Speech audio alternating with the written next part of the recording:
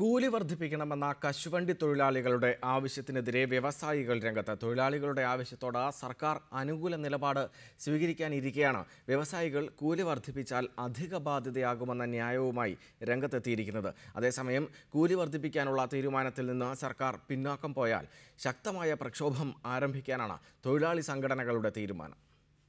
4 വർഷം മുമ്പ് നിശ്ചയിച്ച വേതനം പുതുക്കി നിശ്ചയിക്കണമെന്ന തൊഴിലാളികളുടെ ആവശ്യത്തോട് സർക്കാർ അനുകൂല നിലപാട് സ്വീകരിക്കാനിരിക്കെയാണ് വ്യവസായികൾ ഇതിനെതിരെ രംഗത്തെത്തിയിരിക്കുന്നത്. വേതനം കൂട്ടിയാൽ കടുത്ത ബാധ്യതയാകും വന്നു ചേരുകയെന്നാണ് വ്യവസായികളുടെ വാദം. ഒരു ചാക്ക് കശുവണ്ടി സംസ്കരിക്കുന്നതിന് 1000 രൂപയുടെ അധിക ബാധ്യത ഉണ്ടാകുമെന്നാണ് കയറ്റുമതി വ്യവസായികൾ പറയുന്നത്. നമ്മളുടെ സംസ്ഥാനത്ത് നിന്ന് തൊട്ടടുത്ത് 2.5 മണിക്കൂർ നമ്മൾ ഡ്രൈവ് ചെയ്തെത്തിയാൽ തമിഴ്നാട്ടിലെത്താം. അവിടെ ഒരു ചാക്കിന് 1500 രൂപ ചാക്ക് പറക്കുന്നതിന് കൂലിയുള്ളൂ. കേരളത്തിൽ ഇപ്പോൾ തന്നെ 2500 രൂപ കൂലിയുണ്ട്. ഇതിന് 1500 രൂപയുടെ കുട്ടികൾ 3000 രൂപ പുറത്ത് കൂലിയാവും. ദിവസക്കൂലി 300 രൂപയായും മിനിമം വേതനം 45% വർദ്ധിപ്പിക്കണമെന്നായിരുന്നു തൊഴിലാളി സംഘടനകളുടെ ആവശ്യം. ഈ ആവശ്യത്തോട് അനുകൂല നിലപാടായിരുന്നു സർക്കാർ സ്വീകരിച്ചതും. അതേസമയം സർക്കാരിൽ സമ്മർദ്ദം ചെലുത്തി കൂലി വർദ്ധിപ്പിക്കാനുള്ള നീക്കം അട്ടിമറിക്കാനാണ് വ്യവസായികൾ ഇപ്പോൾ ശ്രമിക്കുന്നതെന്നാണ് തൊഴിലാളികളുടെ ആരോപണം.